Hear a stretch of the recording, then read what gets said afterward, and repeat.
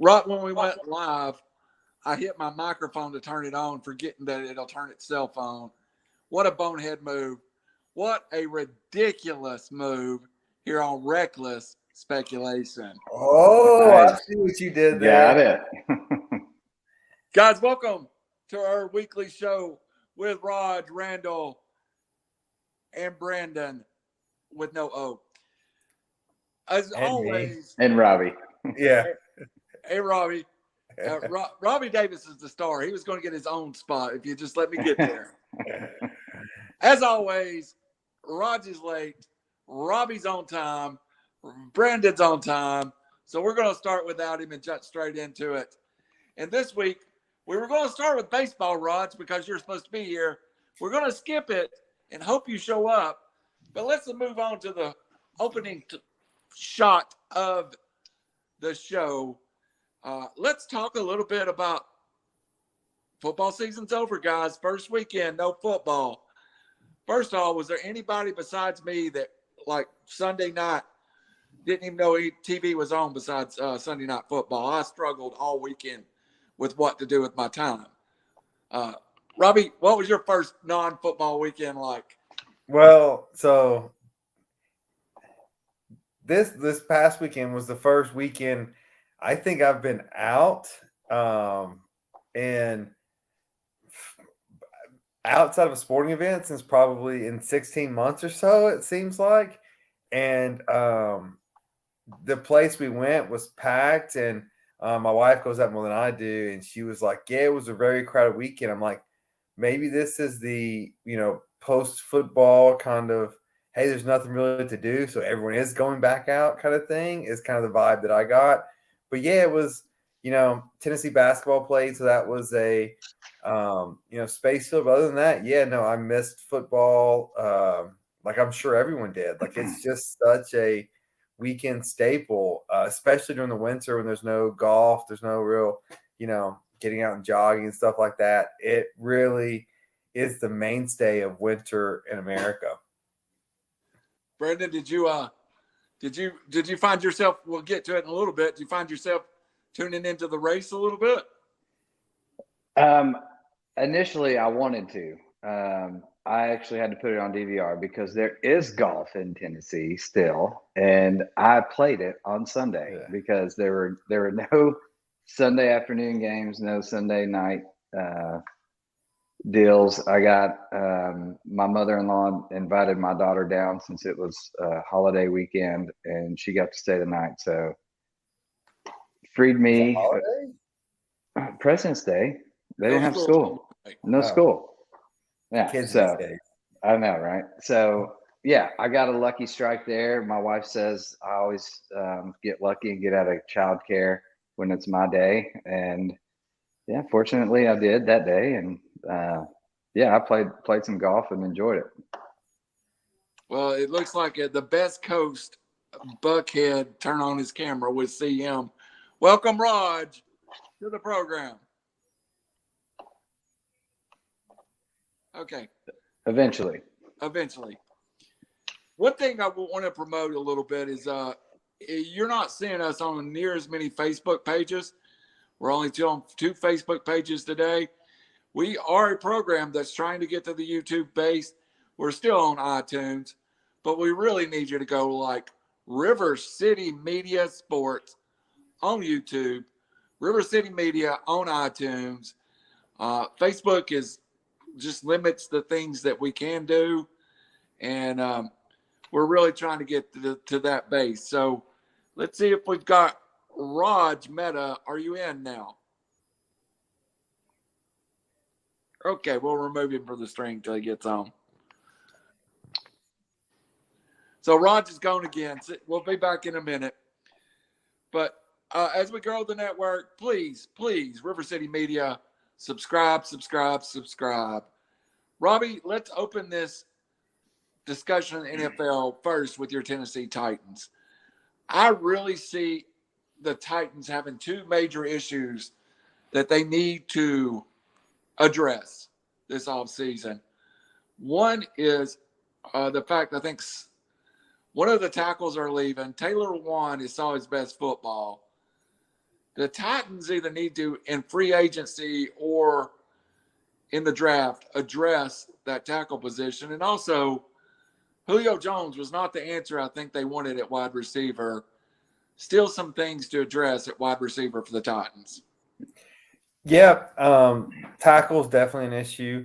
The one thing that I want to stress, though, is they do not need to panic. Like, this was a number 1 seed with AJ, Julio, Henry, all hurt the majority of the year. So no trades are needed, no overspending is needed.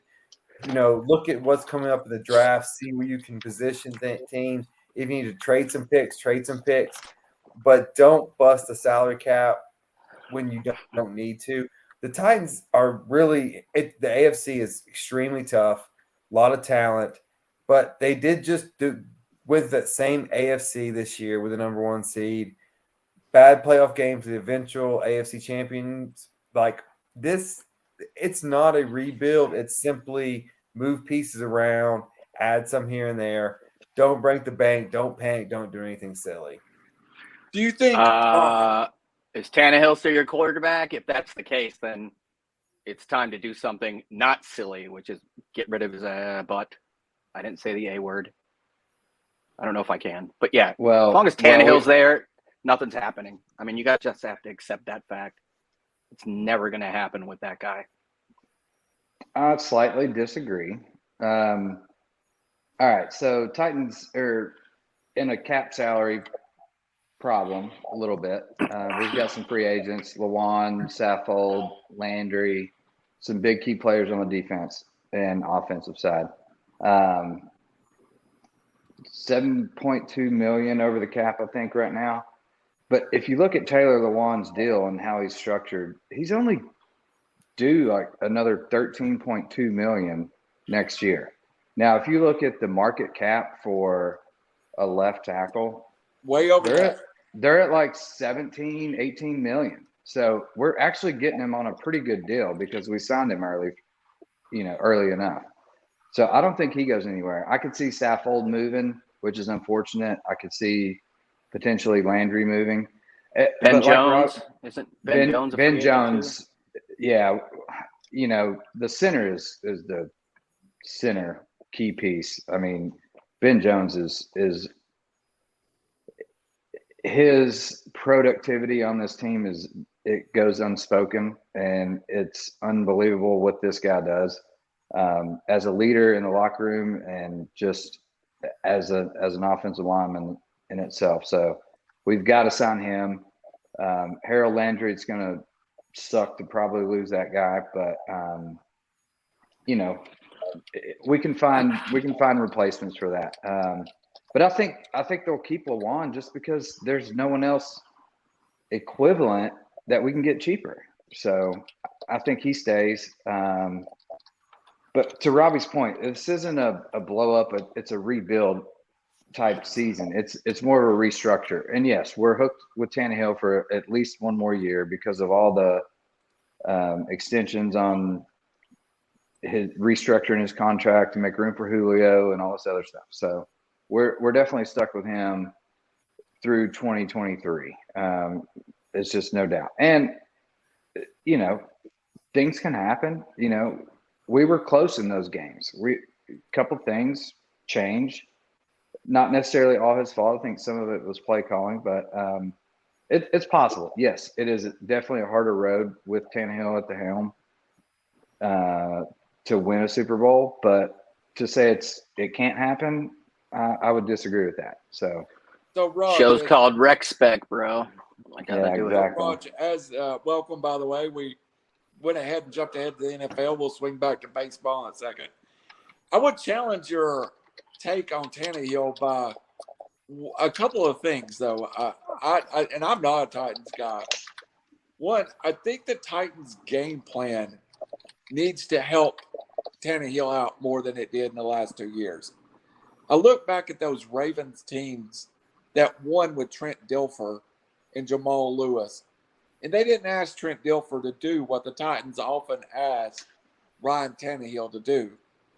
And number two, the window with Derrick Henry makes the Titans a Super Bowl contender? Yes or no? I don't know. I mean, they have a lot of issues across the offensive line, and they had arguably the best line in the year for multiple years. But, you know, like I said, Saffold, Juwan, Ben Jones, I mean, those are big parts.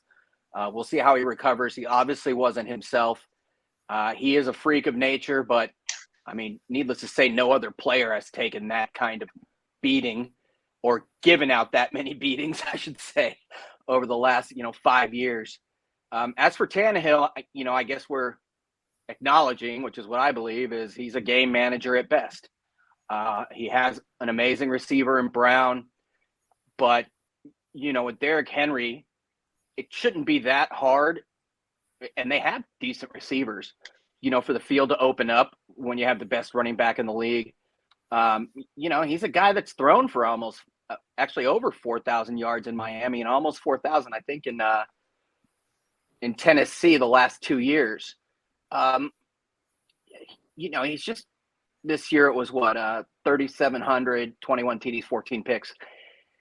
He's just not a great quarterback, not accurate, not, last against the Bengals, Tennessee had 9 sacks and basically, I don't know what their third down defense was, but that offense had plenty of opportunities and he couldn't move the ball. Some of his interceptions are just bad, like in that game. Woof.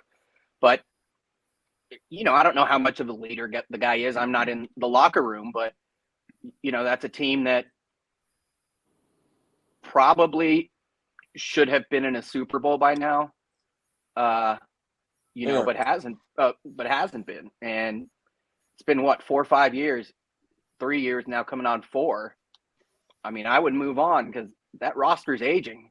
If you can get something for him, get him. I mean, case in point, I think Derek Carr would be better on the Titans than Tannehill. One of the problems the Titans have right now is I think it's 2024. The TV deal is up, and you have teams like Kansas City who have, while you're spending $500 million on Mahomes, this new TV deal is going to shoot the salary cap through the roof. And so the Titans are in a small window to win right now. They've got a year, maybe 2, or else they're just in no man's land all over the place because you got guys committed for contracts that you can pay way more than what they're worth now. Yeah, well, and you look at, does Tannehill make bad decisions? Yes, he does. But if you go back to the Bengals game, some of it comes down to play calling and the route structures that were within the play calling that caused interceptions. Especially the first one. The new offensive coordinator. It was. Yeah, and they're still if you look at AFC. If you look at that very first interception, so there was they had I can't remember if it was a dig route or out route or whatever that was short, where the safety broke. I know, playing violent. I'm just saying, if you look at the route structures, it changes things. And later on, they ran the same play with a different route structure that pulled the safety back, and then Tannehill missed A.J. Brown wide open. So, yes, does he make mistakes? Of course he does, but it's not all on him. I would say that's 70%. Execution and defense too. It's not just guys running or the type of routes they're running. It's every but year if you don't have a safety where you have to cover the top, a dig or a post route. You're changing. These are professional coaches. I'd like to think they know what they're doing better than us, but still. I would like to think so too. We'll open this up sometimes. A little again when we talk about free agency. Fair. But I did want to come at Raj and ask him a question. Even though you're not local in the news, you're a Raiders fan. Is the Raiders a $40 million contract to Derek Carr not tying their hands? Also, the similar situation, but farther into the salary cap. The day before, Carr said that he would take less money to sign Devontae Adams. Then he goes out and basically is asking for $40 million. No, he's a moron. Don't pay him that ever. Yeah, the stats are there. He throws for 4,500 yards and has X amount of TDs, but also a guy that is not a born leader and a guy that's just not a winner. Has he Time won and a time playoff again. game? No, the Raiders haven't won a playoff game since like 2003 or 4. I'll do the job for $4 million. I mean, with their offensive line, you'd be dead. But with the Titans' offensive line, I would probably take that. Well, even with I that, don't know what he's doing. You know, I'd have to see the deal. I'd have to see how it's structured. But is he worth $40 million per year? Show me somebody that thinks so, and I'll show you a moron. Well, the Raiders are $20 million in the positive on cap space this year, so they've got a little room to play with. Titans are in a different situation. We're minus like $7 million in cap space, so we've got a little bit more maneuvering to do. You know, with that. The Raiders have 5 positions of extreme need, and quarterback is not one of them right now. Before we move on, free agency, real quick, we're going to hit the Atlanta Falcons, which is my team. And I think the Falcons offseason depends on this. Now, just go around and get your quick opinion of it. The Falcons, again, are drafting at 8. A top 10 pick for the Falcons. Think that roster has been deconstructed. Dante Fowler was cut the other day. Cordell Patterson looks to be re-signing. Matt Ryan's got 2 more years on his contract. But I think for the Falcons, it's clear now that you have to rebuild one side of the football. Robbie, with Arthur Smith, a renowned offensive coach, the Falcons' defense was horrible. But do you spend that pick on another weapon on offense for Arthur Smith or Matt Ryan? Or do you start rebuilding that horrid defense? Well, I mean, they're in the worst division in football. So, right. So, as A winnable now, division. yeah. So you have the best quarterback in the division. You have probably the best weapon in the division. Well, maybe besides Kamara. So you have Cordell Patterson if he does resign. Second best weapon in the division. You got Pitts. So you've got weapons, but does it do any good to make the playoffs if you can't win? You're almost in Jeff Fisher land Titans universe. Like you can win the division, but that doesn't do you any good because you're just drafting in the middle of the league. Like they've got some weapons that they can't move Matt Ryan. So yeah, I mean, I think you start building the defense to match those offensive weapons. Pitts, Patterson, you have maybe draft somebody and start to build what will be the next Matt Ryan post Matt Ryan era. But you're gonna have to lose while winning the division, which is weird. Like that division is just horrible. And so, yeah, but I mean, I don't know what quarterbacks are coming up that are even worth drafting. There's none this year. Maybe next year there's some, but it's a weak quarterback class. So, yeah, if I'm the Falcons, I just try to build. It's a weak quarterback class, but I'm a big believer in Matt Corral for one. It's the only quarterback I see as NFL upside, and I agree with you. Chain, the one thing I would ask you too, if that division is so bad, if the Bucs get back Tom Brady, though, it changes everything. And the Falcons are back to a 7-9 football team, 7-10 football team. At best, Brady stays gone. They go 9-8 and win a bad division. Is it worth it? It's not. So the Falcons are also right there with the Titans. They're $7 million over the cap as well. But, number 8 pick draft. I mean, is that really going to help them? I mean, they already had a stacked lineup at the Super Bowl and couldn't win it then. So every week we got to bring this one up. Right. I'm just saying, weren't they up at this 28 to 3? Yeah. At this point, I turned it off at halftime. I thought you they have won got the championship. 283 diamond rings in their Super Bowl ring. Yeah. You've got to start thinking in the future, and in some cases, winning is now and sell out and do what you can, just like the Rams did. That is not the case for the Falcons. The Falcons need to pull it back a little bit. They need to restructure, get rid of some people that they can, free up some salary cap, make some veteran trades, try and get some draft picks, and start rebuilding. Because if not, they're going to continue down this road and snowball into, the Jeff Fisher land, like Robbie said. So it's not a pretty look. This team has – sorry. No, go needless ahead. to say, they've got a ton of issues, starting with their best player, arguably, or he was, in Calvin Ridley. I don't know the status on him. Mental health is something not to be taken lightly, but that is devastating for team in terms of team chemistry, on the field product. Again, mental health is paramount. But, if you look defensively, they were a bottom 5 or 10 defense in the league. Bad in rushing D, bad in passing D. They actually, technically middle of the pack, but then you have to consider they're playing 2 games against Darnold, 2 games against Winston. They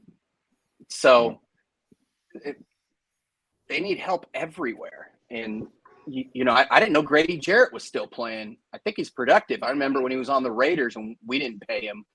But, yeah, this is a team with a lot of needs. And, fortunately, this is a defensive-heavy, offensive-line-heavy draft early. I'm just looking at, Deion Jones and that Alukum kid. I can't pronounce his name. He played well, but former Raider Eric Harris. That guy's horrible. Fabian Moreau, former Raider. Terrible. And to your point with the Bucks. Sorry. The upside of this is the Falcons finally get out of salary cap hell next year. With a projected $62 million plus an increase in the cap. I think the Falcons need to shed what they can shed this year.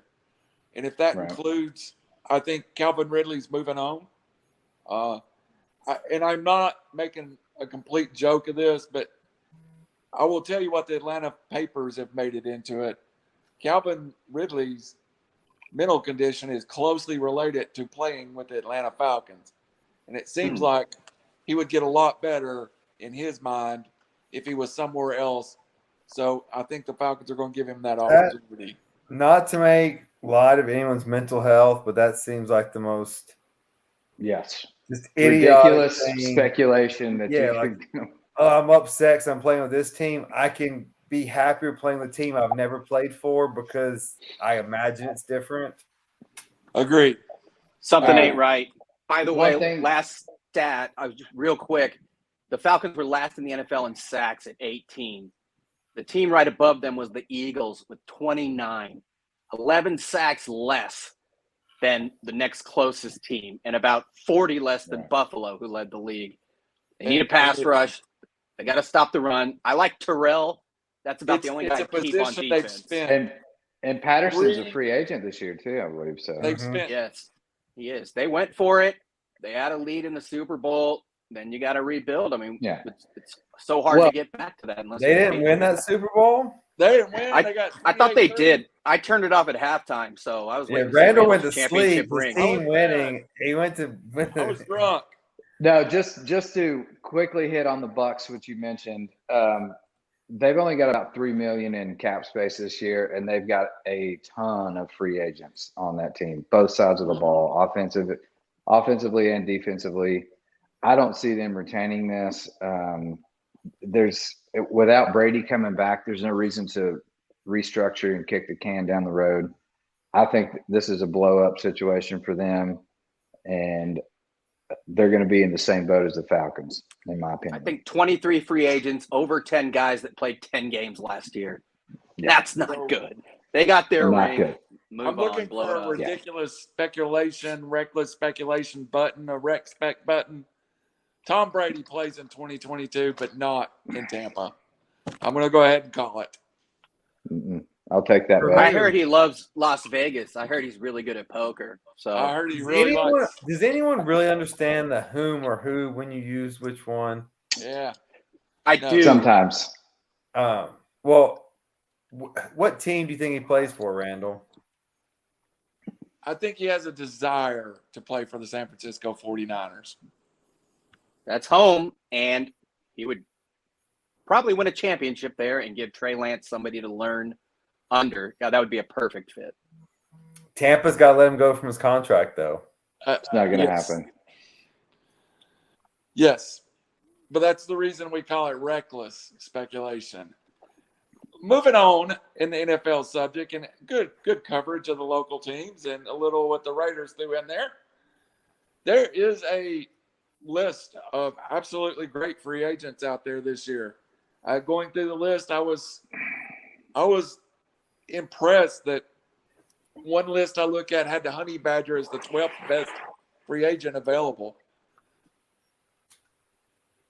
The number one question is, of course, about Devontae Adams, Aaron Rodgers. Who, though, on that list of free agents would you want on your team, and where can you project one of those free agents going that might change next season? Robbie, what was your take of the free agent class? Yeah, Devontae Adams is Crown jewel. Yeah, the first pick you want. Would I want him on my team? Of course. Where does he go? This is one of those, like, you know how when teams hire offensive and then the pendulum swings to defensive. I think Adams is going from diva quarterback to someone who's not a diva quarterback. I think he just wants to play football and be open and kind of have more of the limelight. So I'm looking at a place, I haven't studied the salary cap, but somewhere, Baltimore, somewhere Devontae? where he can just be more of the star. He wants to win, but I don't think he's going back with Aaron Rodgers. I think he's over that guy. Maybe we have the Vegas. money, and that's his guy. That's Carr called him his best friend. They lit it up at Yeah, Fresno State. Vegas makes sense. It does. That's our prayer. And then the other guy tied to them real quick is Allen Robinson. There are better receivers available, but this was Rob's answer. Cordell Patterson, though, I think he made a name for himself this year. He is a weapon. He'll probably stay in Atlanta. Southern guy, probably likes playing for the Falcons. But you put him, oh my God, could you imagine him and Andy Reid's offense? Be pretty good. Well, it's like he's like a Deebo Samuel Swiss Army knife. Same kind of guy, Yeah. But minus but 50 pounds, but yeah. The receivers out there in the top 10 of this free agency list. I know Devontae's the crown jewel, but how about Chris Godwin, Mike Williams? There is serious receiver help in this class, Brandon. Yeah, OD. there is. And, it's going to come down to salary cap and what your team needs. I mean, there's a ton of free agents. There was a lot of teams that kind of sold out this year. Allen Robinson, prediction is to the Dolphins, who actually have the highest cap right now at $59 million under the cap. So they've got a lot of money to spend, or $63 million. Sorry, excuse me. But they also have some big key players, Gesicki, Ogabas, who was their sack leader on defense. And so they've got a little bit of work there to do, but they've got the most money to spend, new coach coming in. We'll see where that goes, but there's so many I mean, this is just all a chess match at this point. And it's really hard to project where these players are going to go. Yeah, you want to see them stay with the teams they played with. Like, everyone wants to see Odell back at the Rams because, he played his heart out, and that was just an unfortunate injury, and he was on fire. And, to still have him win a championship with the team was awesome. That he knew he was a part of that, but a competitor like he is, he wanted to be on the field the entire time. So you see situations like that where players, even LeJuan said it on local radio, like, I couldn't even imagine being in another jersey aside from, the Titans. Like, it doesn't matter what it takes. So you're going to have those kind of situations where some players that have been paid are maybe willing to restructure just because they love the culture, they love the team, they love the direction, and you'll see some of that. But then, I mean, there's so many big names, and there's a lot of cap issues. I think there's only 21 teams that are in positive on the cap space right now. So it's majority, but still there's a lot of moving parts there. It's going to be interesting to see this offseason. The safeties, man. The safeties are legit, starting with Jesse Bates from Cincinnati. They'll probably franchise tag him, but that guy's a big-time difference maker.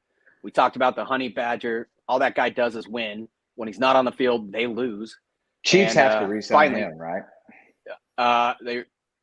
He's getting up there, but I sure as heck would. They also have Orlando Brown, another good guard, and then the Saints have Marcus Williams, a safety, and then Teron Armstead, the amazing left tackle. So safety and offensive tackle are like two of the most important positions in football, and the top 10 free agents is riddled with those positions. How about, does this great wide receiver class, does this basically hurt the Odell Beckhams, the Antonio Browns, the Chris Godwins, guys that were either issues at the end of the year or injured at the end of the year? Are you putting $3 million or 3 years, $30 million on Odell Beckham's plate right now, Raj? 10 million per? Yeah, I would. I don't think that's much in the world of the NFL, but quickly on him, the knock on him is he hasn't been involved. He's not a great teammate. He doesn't want to win. All that guy did is STFU. His teammates loved him. Didn't say a word. Afterwards, he's hurt. He's in full tears because he's so happy he won that ring. Mad respect for him. If anything, I would think, some of those older guys, it sort of shows the possibility of the rebirth. And depending on the team culture, most teams aren't as dysfunctional as Cleveland. And some of these guys, change of scenery is maybe what they need. Robbie, before we go much farther, I do want to get to someone that was near and dear to your heart. Guys, my phone is not charging for some reason. I may have to log off real fast and log back on. But, Robbie, one of the near and dear people to your heart was Tampa running back Leonard Fournette. Free agent, able to sign. This list has him listed as the 55th most desirable free agent and the first running back other than Patterson. Does that just strike you as, wow, has running back really turned this little in this league now? Well, as someone who revolutionized the no running back draft and just wait till the leftovers are there, no, it doesn't surprise me. This is a plug and play league. I mean, this is hey, are you fast? Can you run? Like, hey, I just hand you the ball. No, I mean, there's Derrick Henry, there's Christian McCaffrey. There's only a few guys now that are actual running backs, and the rest of them, man, Deebo Samuels, Cordell Patterson, give athletes the ball and just let them play. So no, it doesn't surprise me. And yeah, I mean, Leonard Fournette, he's a great running back, but that position isn't really needed anymore. Well, I disagree a little bit. Before we get off of Robbie, I want all of you to answer this question. Hold on just a second, Shane. Is Marcus Mariota the best quarterback in the free agent market?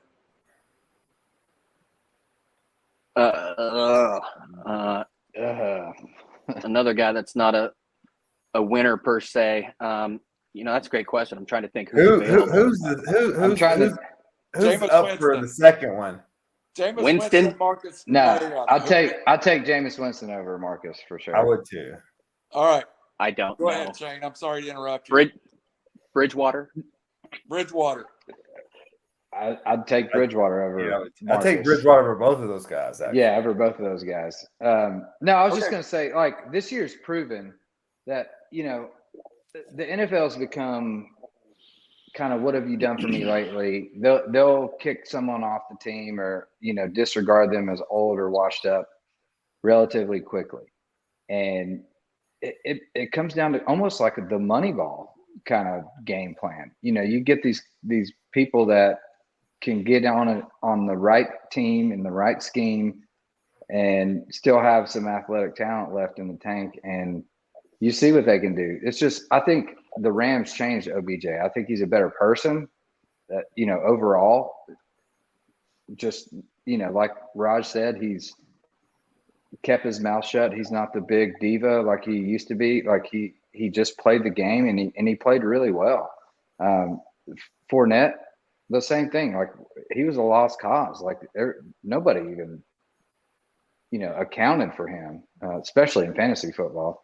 That was the only thing Robbie had left to pick was Fournette. So lucky strike there. But He ended up being a top 5 running back. Exactly. So that's the thing. Like, to Raj's point, you get these guys that are still super passionate about the game, that are athletic. You change the culture a little bit, you get them in the right setting, and that's where the magic happens. So, and I think a lot of NFL players in the past have kind of fizzled out because of the situations they were in and didn't get schemed on by what they're good at, and it was more of a schematic deal for the offensive coordinator. So anyway, I'll shut up. Last question about free agency. I want to go to Raj for the short answer. This is got to be the last one before we move on. Short answer. The best pass rusher in the NFL is 32 years old and still on the open market. How many years do you sign Von Miller for, Raj? Not many. It helps where he was, and he had arguably the most dominant defensive player. The Rams have a great defensive line, and he could just be a stand-up guy and get after it. He's got some years on him as well. What's he got, like 8? He's still Von Miller, but I wouldn't give him more than 2. And, I think he's an injury waiting to happen. Been in the league 11 years. He's 32 years old. Oh, wow. Yeah. You front load that contract. I mean, you give him a 2-year deal, you front load it, and then you can get rid of him on year 2 if he doesn't produce, and it's a done deal. So I don't see the issue there. For long. That is it.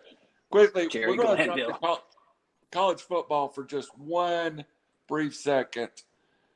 Over the last few weeks, we've really seen the effect of NIL. And I know it's a college football segment, but one of the things I wanted to address and ask you about, Kentucky Senator Tshiebwe made national news when it came out that foreign players couldn't accept NIL. There's some loopholes around this rule. And now he's brought his mom into the U.S. He supposedly has a $2 million NIL. Robbie, in college football, what's going to stop the top 5 recruits from being an open bidding war next year? 2 words, absolutely nothing. Thank you. Like, I mean, that's the short answer. That's as brief as I can be. I was just going to say nothing, but you brought the absolute in there. Well, what's that going to do to recruiting next year? Does it make the haves and the have-nots become even bigger and wider?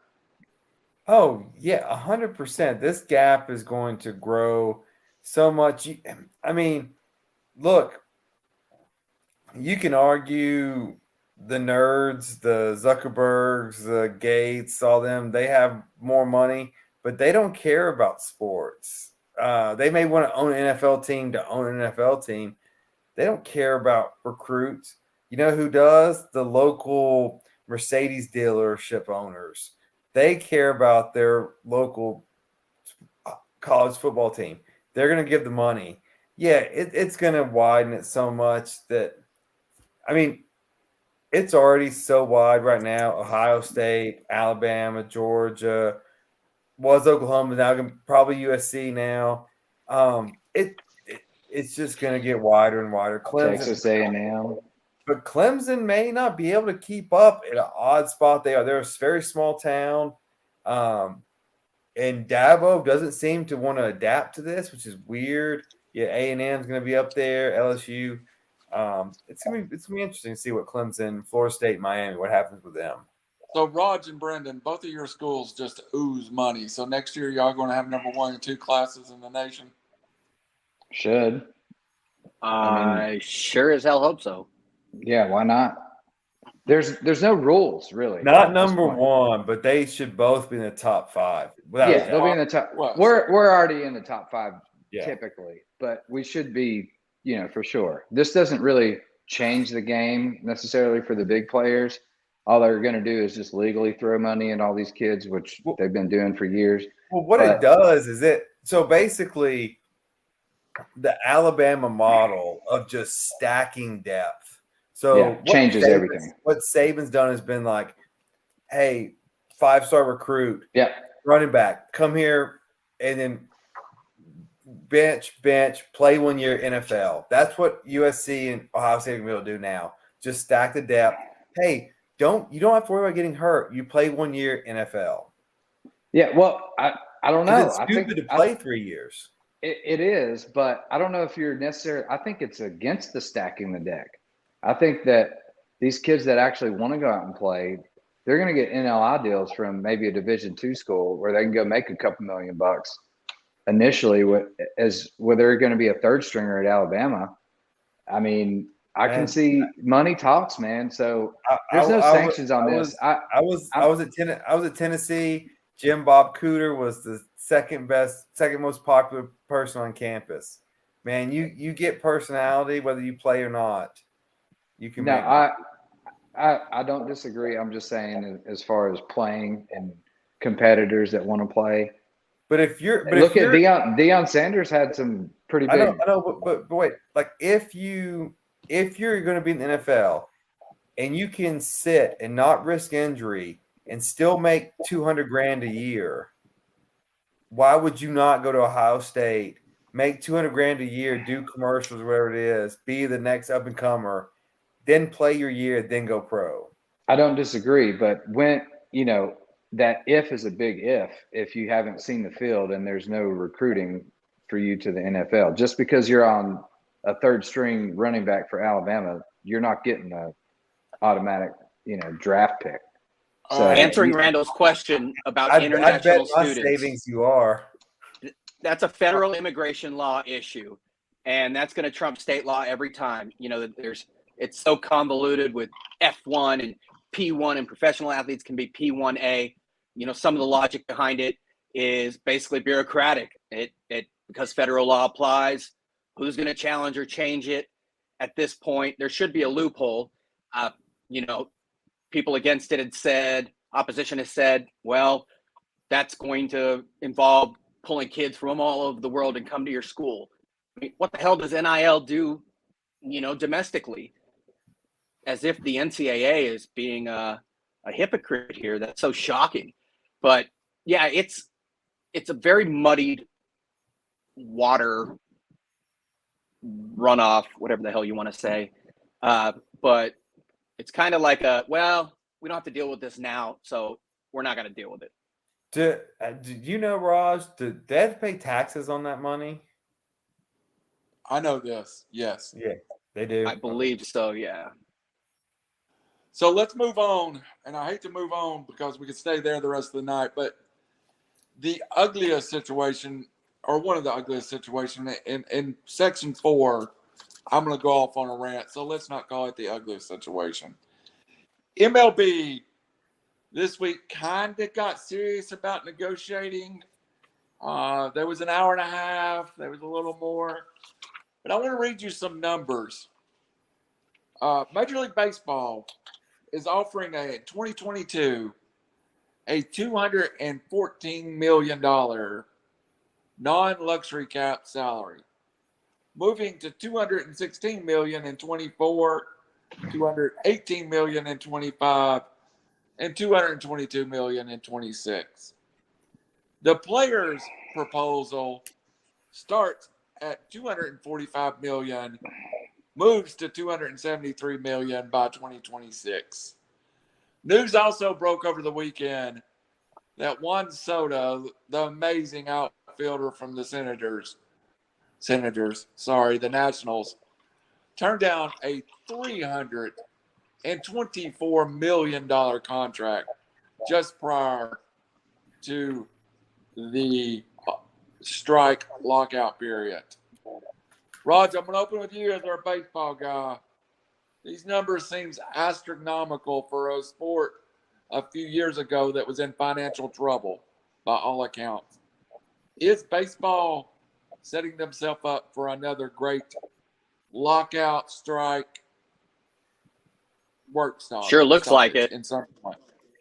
Sure looks like it. Monday was the deadline, is the deadline to have a standard regular season.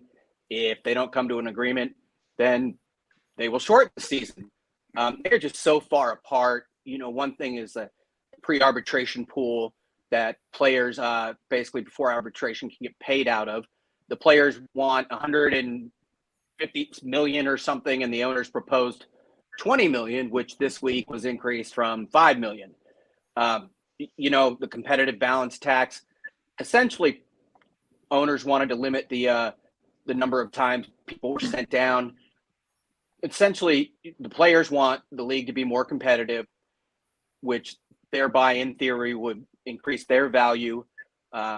They want, you know, obviously, owners basically dictate everything, and even the pace of play was potentially discussed, but not right now. And, you know, they want to get rid of tanking, basically sending down all these players and trying to get a better draft pick. So one of the things the union proposed was a draft lottery for at least 8 slots for the non-playoff teams. The owners initially said no, only 3, and then came back with 4, which was nice of them.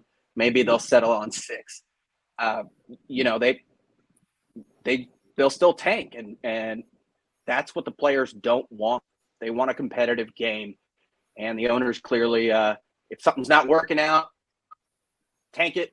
We'll rebuild, get a bunch of guys on rookie deals and whatnot, you know, like the Royals did, and you know, Nationals to an extent. Really, the Royals were the model. Tampa Bay, and they'll make more money and spend less. Robbie, this is a black eye to me from Major League Baseball if we get the season shortened. As an MLB fan, it took several seasons for me to buy back in. They're playing with fire with all the things that are out there right now for my entertainment dollar. So this is the ultimate playing with fire. They're far apart. They're not talking. To say we sat down for an hour and a half is the equivalent of being like, hey, I checked my phone and hit the ignore button is what it is. Like, these are complex issues, and to even like a mediator, an arbitrator, they can't even get everyone in the room's names and talk about their position in an hour and a half. It's a joke. It's a media, just a farce. Like, it's just, and what's going to happen? I think, and these numbers are approximate. 4 owners, I think, still own the teams from the 94 lockout. 6 families combined. So 6 of the 30 teams remember, or 6 owners of the 30 teams remember what happened in the lockout 94. I got bad news for you. Sammy Sosa, Mark McGwire, the Cal Ripken, the steroid age isn't coming back through that door unless you want to let it. And really, man, eyeballs are, the attention is grabbing at every angle. We're going to talk about NASCAR ratings being up. We're going to talk, I mean, not this show, but eventually the new football league, combines coming in. Like, the spring is for the taking. And if baseball lets that window open, they will be severely disappointed about what happens.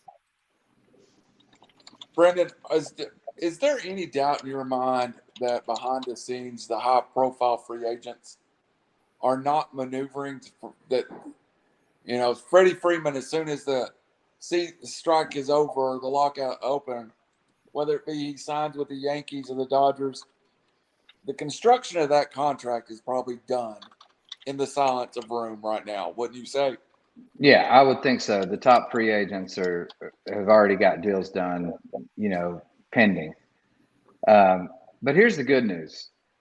So, they're holding all these conferences in Florida right now, and the good thing is that nobody's left. There hasn't been someone that gets so upset on one side from, the proposal that it's just completely gone out the window, where they just get up and leave and get on a plane. So the good news is they're still talking, they're in talks. And we all know in professional sports, deadlines are a big deal, right? So Monday, like Raj said, the 28th, that's the deadline. You look at, in comparison, like NFL trades, things like that, they come down to the wire. Things come down to the wire. Now, what the latest offer was like increased by 10 grand minimum pay or something by the owner, which is just nothing. That's not going to move the needle, for the players. The players are taking into account all the new revenue coming in, the streaming TV, YouTube, Amazon, all this other big TV contracts that they're going to get. So, I mean, they're trying to fight for that. They want to get more front-loaded contracts instead of, play several years underpaid and then try and get contracts. So I think it's still possible that a deal can get done because no one has left yet, and they're still in rooms. There's even smaller meetings before the big meetings with, key players in the negotiation. So, I wouldn't quite count it out yet. Obviously, if it doesn't make the deadline, then the owners, if they miss any games, there's no makeup games and the players don't get paid for those games. So that's the downside of it. I think they're making small progress, and I think we're going to start to see that snowball a little bit more as we get closer to the deadline. The Braves are representative of this entire situation. This year. I mean, the Braves have to pay two of the best young players in baseball, and Oscar Albies and Ronald Acuna Jr. Freeman's 32 years old. They have a ton of free agents that just won them a championship. Like what? All of those guys are free agents, I believe, especially Rosario, Soler. They got their ring. The owners, it would be, and the ownership is Liberty Media Corporation. It's a business. And why would they pay all this money to these guys and be locked in when, number one, they have to lock up two of the best young players in baseball? I think they're going to shed and start to rebuild again because, again, they got their ring. That's the whole goal of this. And getting two is nearly impossible this day and age, back to back. If I'm the Braves, I let Freeman go to the Dodgers. And, I start to keep my young talent, Fried, Ian Anderson, those types of guys, and keep my core four and move on from a bunch of dudes. But it's tough. It depends on the mentality of your front office too. I mean, if, like you said, it's very rare to repeat or even get to that game again. But when you're loaded with talent, a bunch of free agents, I mean, it's possible. I mean, you could restructure for a year and try and figure it out. So I don't know. I'm anxious to see. I really think that that they're going to get something done before Monday. I really do. Reckless speculation. Freddie Freeman signs with the Yankees, and Matt Olson starts the season day one in a Braves uniform. That'll be my reckless speculation for tonight. And Raj, are the Braves Dodgers just as good with Matt Olson at first as Freddie Freeman? No, not even close. Freeman's a would much you- better player. He's also the Atlanta Braves. He is the franchise player. He's the one guy after Chipper that you think of. He's a clubhouse guy, team leader. He's poised. He's a winner. Matt Olson can play, but Freeman makes so much contact. He gets on base for pretty much anybody you slot in that hole after him, and the guy gets up on or gets a good pitch. By the way, Freddie Freeman was a 2007 Orange County Player of the Year at El Medina High School.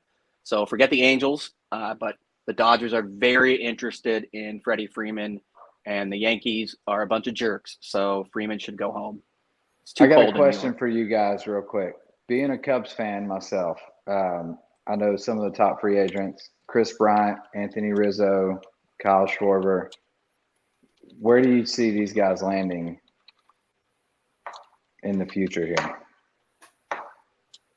Bryant has been reported, arguably the Seattle Mariners have been a big target. The Giants don't have the money to do that. Rizzo, aging, declining skills. He played first base for the Yankees last year. Didn't exactly set the world on fire.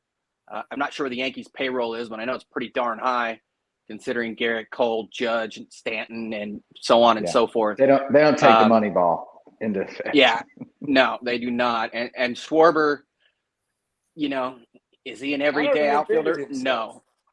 I mean, he had a good season, but I don't see him as an everyday outfielder. He's still a guy that hits the crap out of the ball. And Rizzo and Schwarber are more hitters. Yeah, I hate to do this, but we got to move on. We got about 15 minutes left and 2 topics I want to get to. Good points. Love the baseball talk. I am actually interested in a 5-minute to 10-minute conversation about the Daytona 500. I have not watched a race in multiple years. I'll be back in 10. Robbie, I quit my last show because they wanted to go to a racing format. I despise racing for the most part. Of course, it was a local short track format, which I wasn't interested in. But because of some of the things I've heard during the year, I did watch the Daytona 500. I was not 1988 interested, but I watched every minute of it, which has been a long time. Has NASCAR finally hit on something that's appealing to the old NASCAR fan and the new NASCAR fan? Let Brandon start. Brandon, you're yesing. Yes. Yeah, I think so. So I actually had lunch with a buddy today, and he's a huge NASCAR guy. If we get into, an entire show about that, I definitely want to bring him on.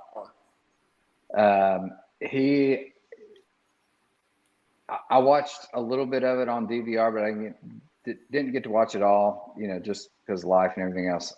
Anyway, from what the collaboration, talking with him today, so the biggest takeaway from that was, Brad Keselowski just drove too hard too early, and he was pushing too hard too early and causing some wrecks there.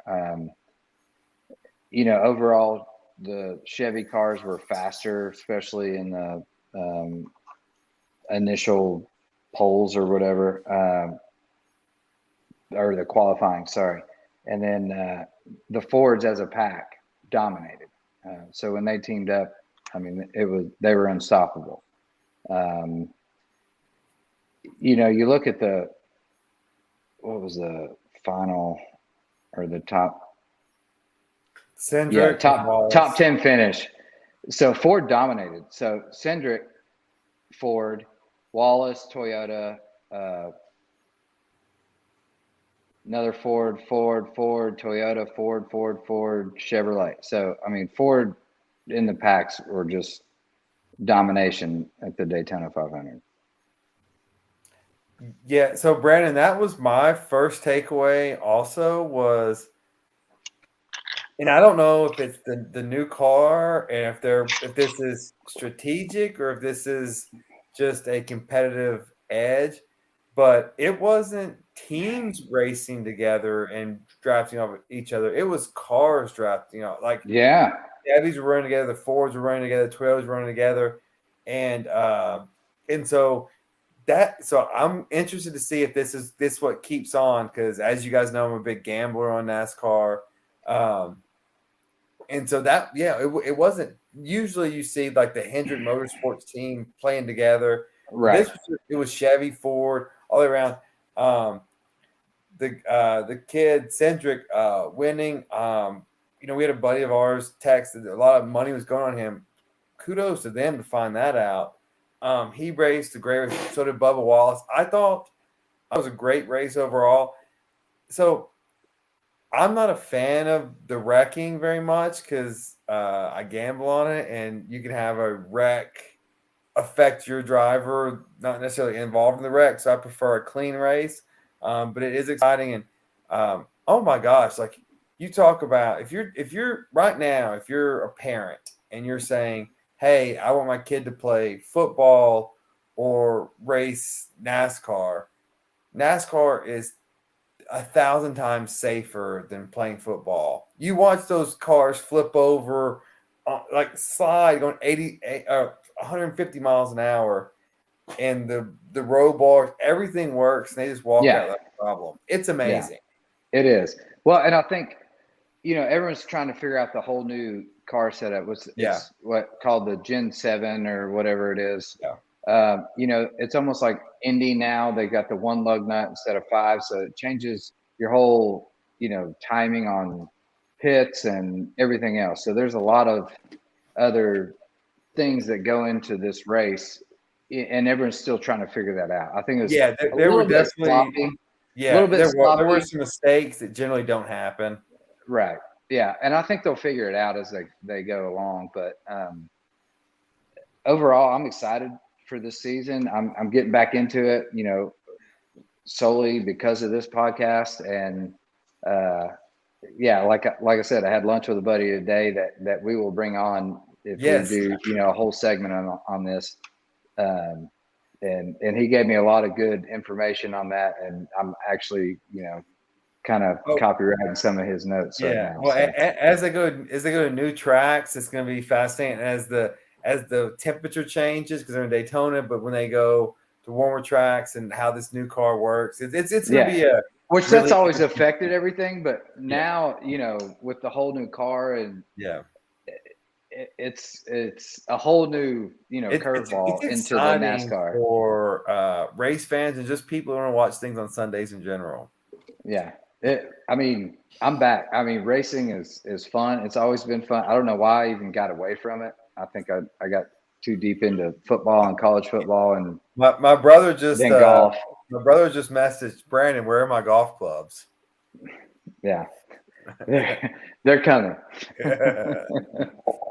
Hey, one question I'll ask you before we get back to college basketball, which is in the next segment, is, and I'm trying to think of the right way to say this, is celebrity ownership helping NASCAR right now? Michael Jordan, Brad Daugherty, a lot of these guys are celebrity owners, are putting a lot of eyes on the product.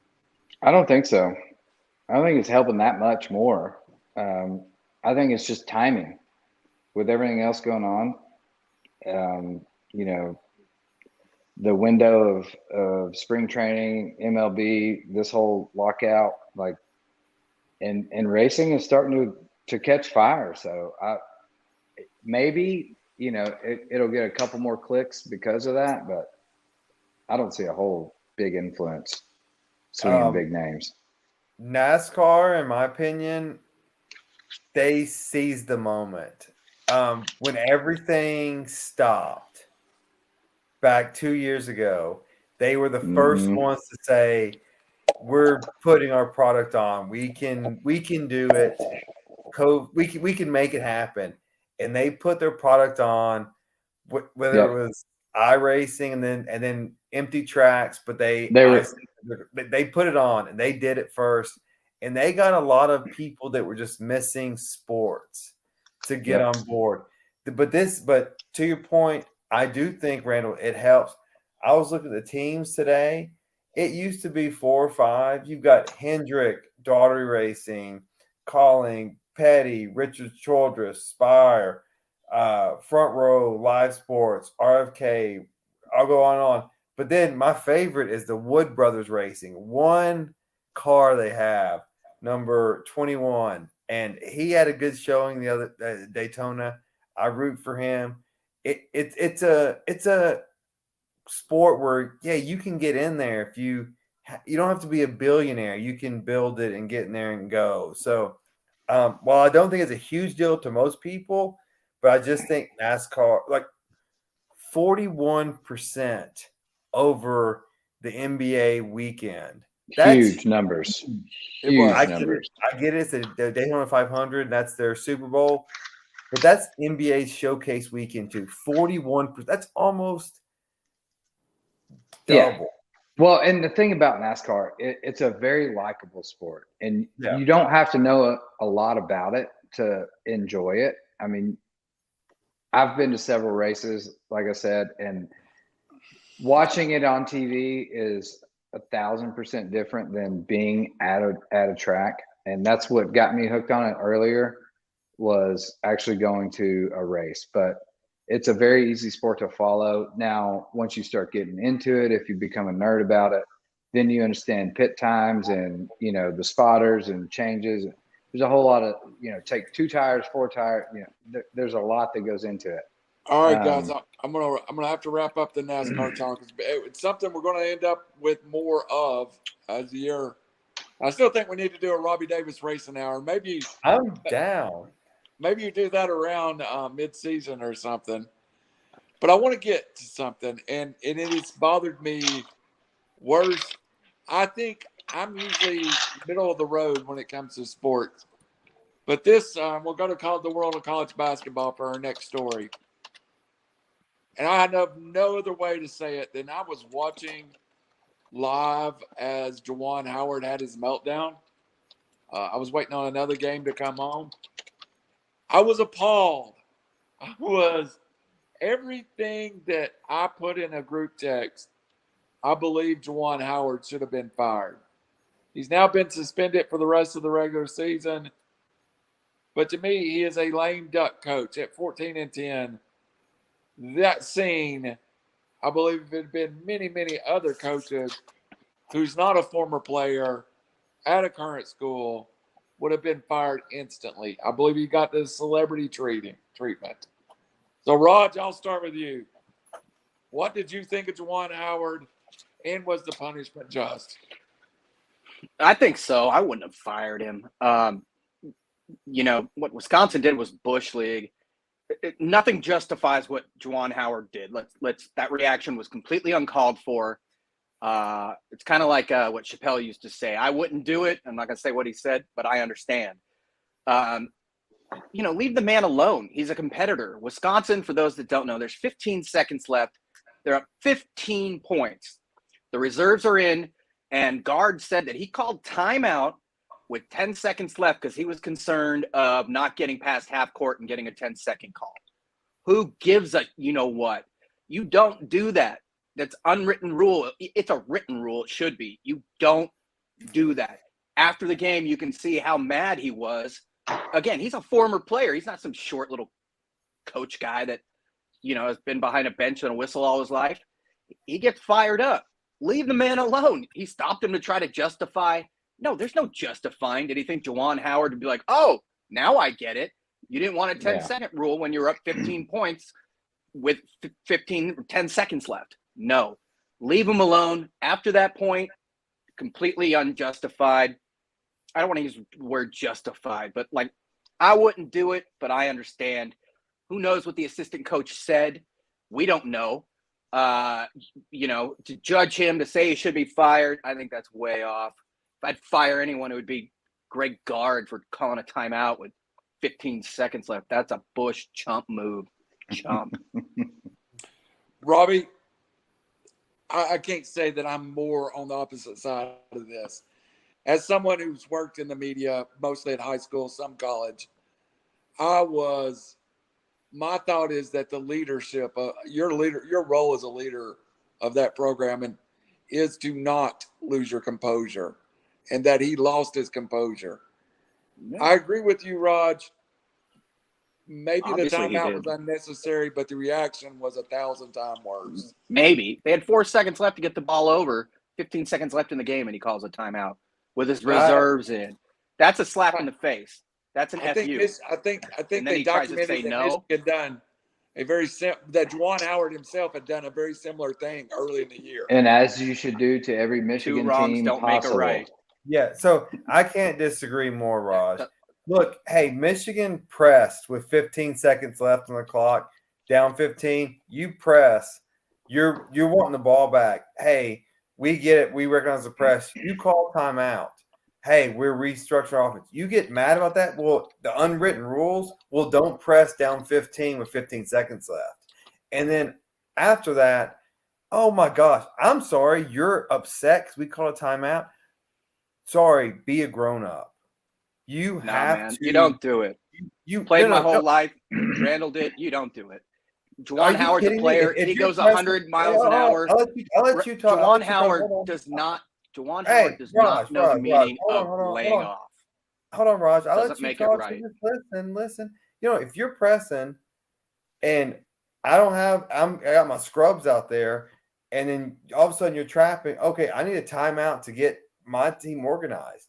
And then that makes you angry, makes you so angry that you can't just do the obligatory handshake. Are you kidding me? You need to grow up. You are a professional coach in a professional conference, and you need to be held accountable. I'm not saying the guy should be fired. I think I would have suspended him the rest of the year and postseason because, I mean, let's be honest, there's no postseason anyways. Just go ahead and suspend him the rest of the postseason. But to say anything like, oh, that's acceptable, no, it's never acceptable. I don't care what he said. It's not acceptable to put your hands on somebody else in that setting, unjustifiable. And Juwan Howard should go to anger management counseling while this is going on. And look, man, you have What about guard and the assistant coach? What's that? All Howard said, what about guard and the assistant coach? They both made it exponentially worse. Again, not justified. Yeah, anger management, whatever. Never should do that. Juwan Howard said the same thing. I didn't see any punishment handed to those guys. Juwan Howard tried to shake his hand quickly. All he said was, I'll remember this shit. $10,000 fine. Well, Nothing is right after 24 hours. Yeah. Juwan Howard got hammered right away. No. He said, I'll remember this. Again, dude, I can't stress this enough. It's not about being a grown-up. It's not about keeping the press on. If trying to get the ball back, you're going 100 miles an hour. You don't do that. Are you opposed if I have 20 seconds left to call a timeout to get my walk-ons on to let them play in front of their family? It's the same principle. No, it is not. If it's senior night and you can't do it I don't care with a minute and a half left. It can be non-conference. No. It's 20 seconds left. I'm letting my seniors play. All right, I don't care. Not up here. I don't care. I don't Don't care do what it is. It is all right. So his actions were non-just for sure. He should never have done that. At the same time, it's Michigan. So yeah, beat him as bad as you can. Do whatever you can to him. Like we do that in football and every other sport. Like, why is this any different? I know it's not Ohio State, Michigan, but you know, if you've got a rival or an in-conference battle that you're playing, like, why would you not want to step on their neck per se? You know, like, I don't get it. Like, grow up. Like, it's a game. Like, at the end of the day, like, we beat you and we showed we could beat you. Now, don't tell me Juwan would not do the same thing if he was in a different position and step on them and run up the score, do whatever he could to beat him as bad as he could. So Howard called timeout against Indiana up 13 with 55 seconds left of the game. Yeah. So don't give me, you know, that. Yeah. Is it wrong? And you know, the gentleman's game of sport, different context, and that's a minute left. We don't know why. But come on, man. I mean, football, it's like going 5 wide up 40 with. Yeah, exactly. That's what Woody Hayes said. Nobody's ever done. Woody Hayes said, "Why did you go for 2? Because we couldn't go for 3. That's why. Because you know, you just You step on them, and that's what it is. It's a sport. If you can't take it, then get your butt out of the kitchen. For Juwan Howard, that's just Bush League. Like you're a coach at the University of Michigan. Like you got to be better. Yeah. Well, he didn't stop and put his hands on the other coach in the line and basically initiate the other coach did initiate the whole thing. But Howard didn't hit that guy. Howard hit somebody else. If he knew he was that hot in the head, me as a person, like I get that mad sometimes, and I understand when I walk away. Like I'm just like, okay, I just can't even be in this situation right now. I'll leave. I'm not even going to talk to you. But they kept bantering back and forth, and all that. And then Howard his finger was in his face immediately, then hit the other guy. I mean, the other guy touched him first. That's why he got banged. Howard's a lunatic in that situation. It's not okay. He's done it before as well, but a fight was never started. He never put hands on a coach. He never tried to justify it. Again, I'm not a Juwan Howard proponent. Your official position is you're justifying Howard's actions? Justifying I just said I wasn't. Yeah, That's justifying I said I wasn't. I'm saying he's not solely to blame. These are grown men, and you guys, and you don't do that. They have to act. You don't hit a standby for no reason. Standby, he was right there in the mix, and you don't know what he said to him. He could have said it doesn't matter. It doesn't matter. Could have called his daughter a hoe. Oh, that doesn't matter. I have no problem with what words you say or what timeouts or how bad you beat somebody.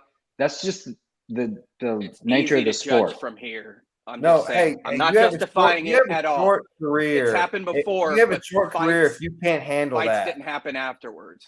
So again, guard should have just let it go. Talk later. Short career if you can't handle that. Short career. I think this is an example of of a short career anyways. Is how divided the world of college sports is over this. And my issue is more about accumulation of issues that Juwan Howard's had over time. I do not believe in sticking it in somebody's face. I do not believe in running it up. My issue was as much as anything that's sticking with me is the post-game press conference really bothered me. I think if Juwan Howard walked in and said, I lost my cool, I shouldn't have done what I did, I think I would have left it there. But it's a bad look for the University of Michigan at worst right now. Well, you got to understand, too. He said it Tuesday. I'll tell you still what, fired up. If I'm playing against Michigan, if I'm coaching against being Michigan, antagonized. I'm calling a timeout the 4 seconds left of every game. Timeout. Yeah. Well, to his defense, I mean, this is coming from a completely different perspective. He's a player. He was a former player. And to be in a locker room with those guys and understand, the shame that causes or, embarrassment or whatever you want to call it to a team when you're already getting beat that bad, like it rubs you the wrong way. And I think it got under his skin. Now as an administrator, as a coach of a big name team, you've got to hold your cool a little better. But as a player's perspective, I can see it. Like I would have got completely mad and done the same thing as a player. Like I don't see he does that see difference. himself as a player, which is a problem. And that's the problem. No coaching history whatsoever. I think you got to separate it. Michigan's coach. He just had if you're going to become, I bet he will now. That timeout in that championship game. 4 seconds left. Timeout. Damn it! No, not again. All right, guys. That was the last time Michigan called timeout. I hate to wrap it up, but we're 10 minutes from our 90-minute time limit draw tonight. I do want real quickly to go around and get each one of y'all's impressions of arrow up, arrow down on the tournament. Who is playing hot? Who do you like right now? And let's just quickly give a little round table about the teams that you've seen over the last week that you really are impressed by, or a team that you're thinking is going the wrong direction. Brendan, you look most prepared. Let's go with you to start with. By far not most prepared. This is my weakest subject, but no, not to be. You have a weaker subject than the other ones we talked about? Not to be a homer, and I'm not a Vols fan, as you guys know, but the Vols have really impressed me as of late. I've been watching a lot of their games, and shooting is starting to come around. Defense is playing really well. You know, like, I don't know, maybe 3 weeks ago, I thought maybe they might make it to the Sweet 16. I think this team has Do it. I think this team has a chance to Good. Didn't look to so make it good to the against Arkansas. Elite Eight. We're gonna say there it Elite is. Eight. There's the death knell. Yeah, we'll say Elite Eight. And no, they've impressed me. You know, obviously I'm an Ohio State fan. We're probably gonna get the 4 or 5 seed. They're just not as consistent. Tennessee's peaking at the right time right now, and I think they've got a shot. Again, it's March, and when it comes down to that, you really can't guess on that. So, but they're peaking at the right time. I think they've got the biggest push that they could make some waves in this tournament. And again, we'll have our tournament bracket show 2 weeks from Sunday, and we'll be live on the air as the brackets are revealed. Raj Mehta, who's your movers and shakers in the field right now? I'd watch out for UConn, who just beat Villanova. Tennessee was an ugly game. If they make the basketball, then they win. Kentucky's down big dudes and, Ty, and they're still winning. Watch out for teams. It's a different game now. Providence is 22-3. They've gone to overtime, 3 overtimes the other night or last night. But they're just like the other team, Texas Tech, that, nobody in the starting lineup, I believe, is over 6'9". They have a bunch of bangers and tweeners. One thing about Tech, though, is they are not a great shooting team, kind of like USC, kind of like Tennessee. People like Arkansas and right now, but if I had to name another team, it wouldn't be my top because I hate them, but UCLA. Tiger Campbell was out and Jalen Clark came in and was sensational with Clark, David Singleton, Jaime Jaquez, and Johnny Juzang. They have 4 dead eye shooters, and Tiger Campbell now leads them in 3-point shooting. Are they tough enough? Do they play enough defense? I don't know. But if I were going to name, I'd do Texas Tech, Providence, UCLA, and UConn. Strange, you sold 2 of mine, but Robbie, go ahead. What have you got going? Yeah, I mean, as it stands right now, I'm looking at Arizona, Texas Tech. I also like UCLA. I will omit Tennessee for sake of argument because I'm Biased. And then, Whoa, what a move. Who knew? Kansas looks good. He wouldn't say a word if that was the case. Kansas looks good. All Arizona, night. man. Arizona's got 2 losses, and one's in Knoxville, which they haven't lost all year. They've lost, I think, 1 game in the last 2 years. Like, it's a tough place to play. Gonzaga, The other one was to UCLA on the road. So they've lost to Tennessee and UCLA on the road. Yeah, so 2 top 11 Ken Palm ratings. Baylor's good. The Big 12, it's not stacked deep wide, but it's so top heavy. Yeah, I mean, so basically, if I'm having Arizona, Texas Tech, UCLA, and Kansas is who I'm looking for. But Cliff notes, Tennessee is very dangerous. If they hit shots, guard play wins in March, they can go. They're dangerous for sure. Absolutely. I feel the same about Arizona, UCLA, Tennessee. I'll excuse myself, but I feel the same about them. I still think Kentucky, even though Ty's been out, was playing as well as anybody before Ty got hurt. The Big 12 is dominating, but I'm going to give you some teams that you might not necessarily know of that's coming into the tournament hot. One I'm going to give you with a net average and an RPI of 32 is the Davidson Wildcats, coming in with only 2 losses, 24-2.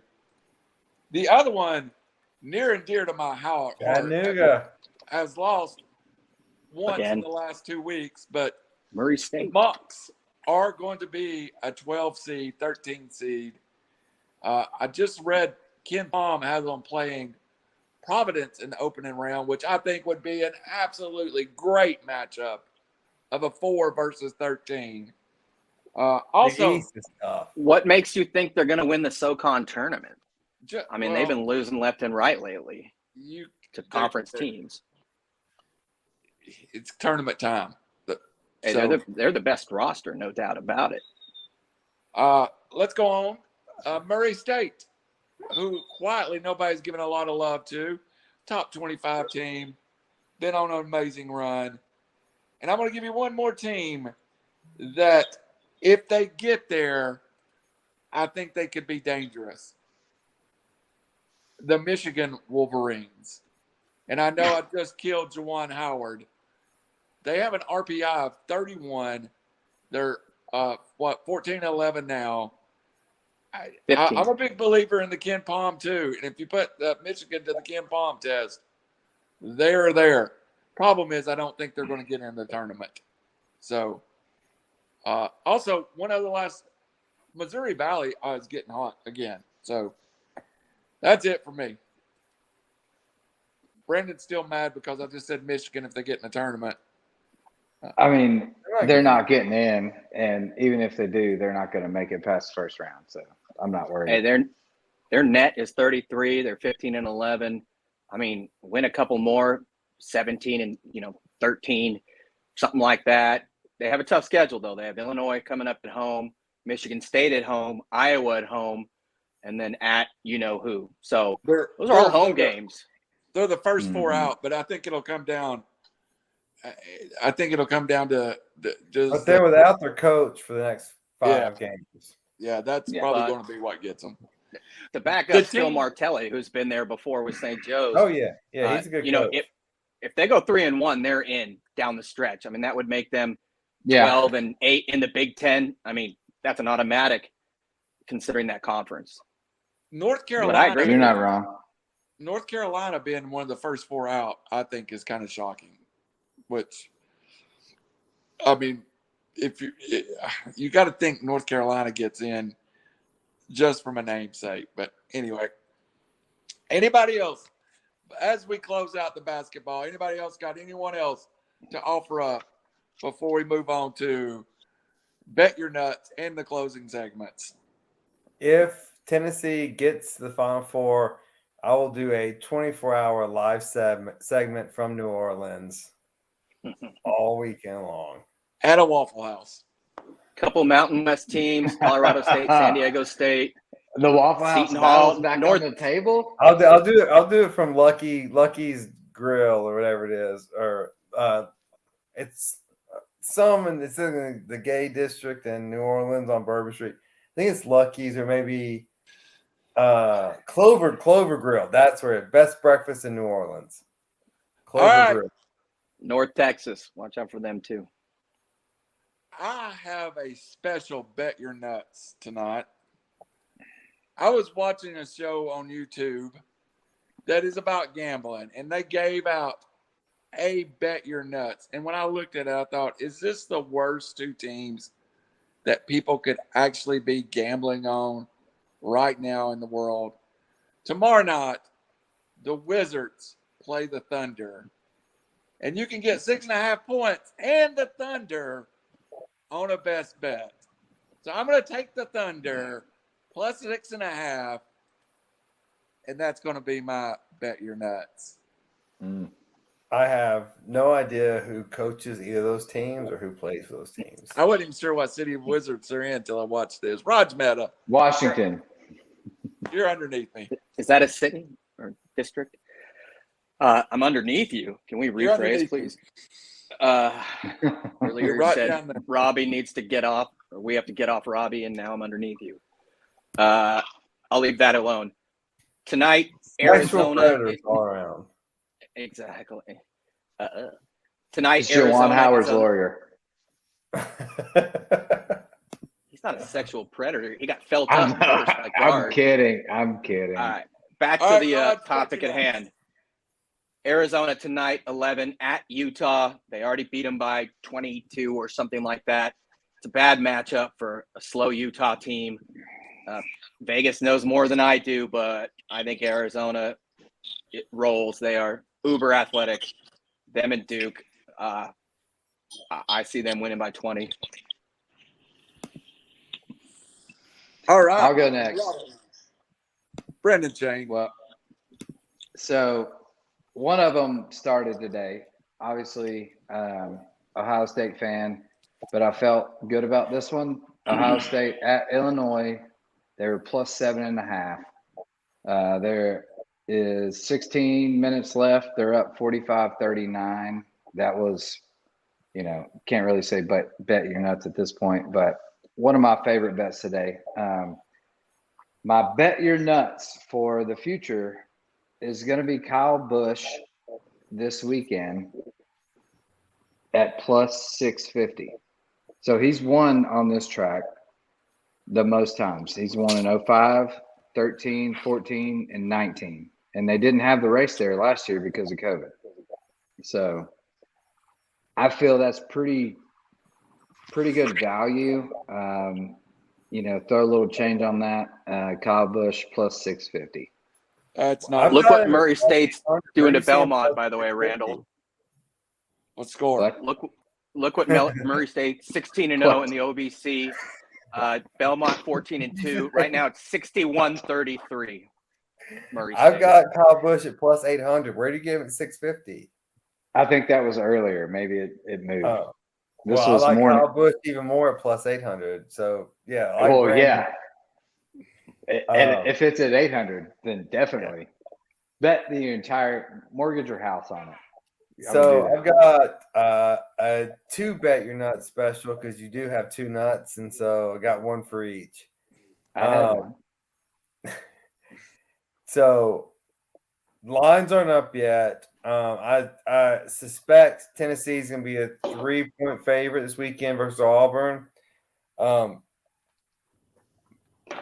For comparison, the tickets that I have were going for $250, $275 for Kentucky, and it was one of the most rowdy atmospheres I've been in college basketball. They're going for $380 this weekend for Pearl's return against this team. It's going to be bananas in Thompson Bowling. Take Tennessee to cover. I think it's going to be a 10-point victory. The other bet your nuts. I do like Brandon's pick, but I'm going to play it a bit safer, and you still get good odds, and you get the best driver with the best team, and you know where I'm going. Just Kyle Larson, and do not regret it. He's gonna get wrecked. He's gonna get wrecked. That's what's quick question: how do racing odds work aside from like baseball plus 800? But what if he gets third? You can bet top 3. You can bet top 3. You can bet top 5, top 10.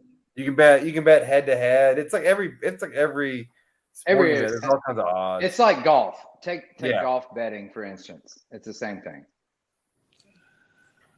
Thank you. Well, I did not that's know nobody else had the Wizards and Thunders game from Lamar, so I feel special. No, seriously, who coaches those teams? Slight update. Ohio State's up 50-39 right now. That was my earlier. Who plays for the Thunder or the Wizards? Thunder have Josh Giddey, Shai Gilgeous-Alexander. The Wizards, they just traded half their dudes, including Harrell. They got Porzingis to be injured. They got Porzingis. Yeah. Kuzma. Yeah. Wes Unseld Jr. is the Wizards coach. Don't they have?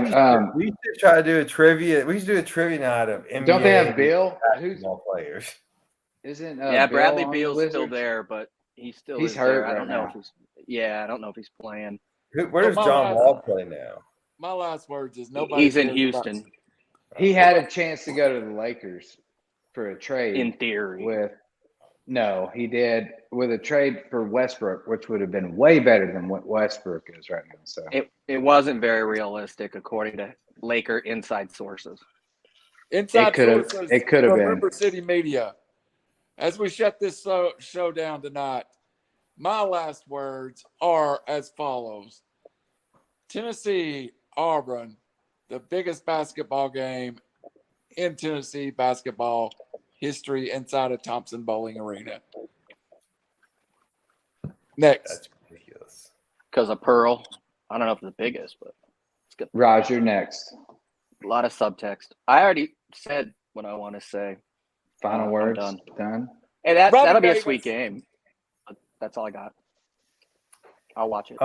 Final words. Looking forward to. I've been working all through the weekend, so I'm looking forward to some time off. But now I'm going to Knoxville on Saturday for the game, then coming back for the race. So I'm looking forward to a victory weekend. The Vols are going to win, and I think Larson's going to win. And yes, looking forward to a good weekend. Go Smokies, I'll say that. My 7-year-old's team. I assistant because of my schedule, but the head had some family issues. So last week I took over and we won 14-6. And we play tomorrow at 3 p.m., which is good for me in case I'm hungover. Or sorry, Saturday. So Hey, go man. Smokies. Yes, they're called the Yeah. Smokies.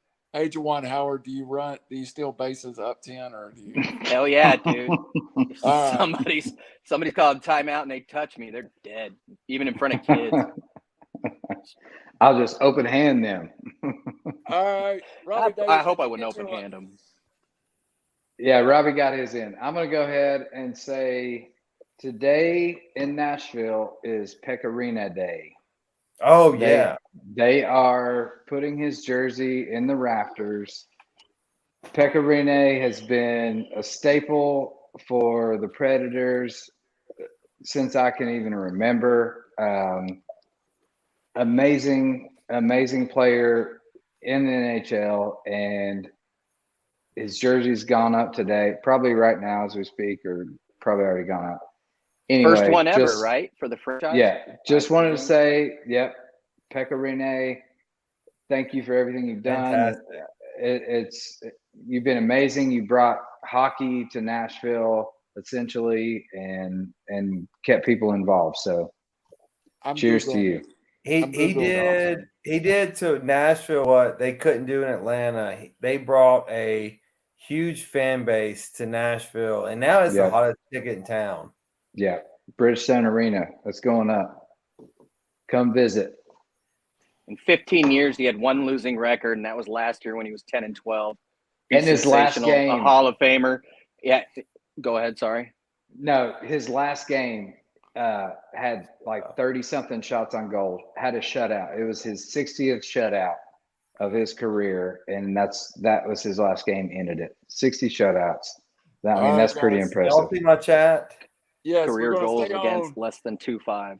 Everybody stay on for just a minute. After we end this River City Media production of Reckless Speculation, brought see to mine? you by River City Media Sports.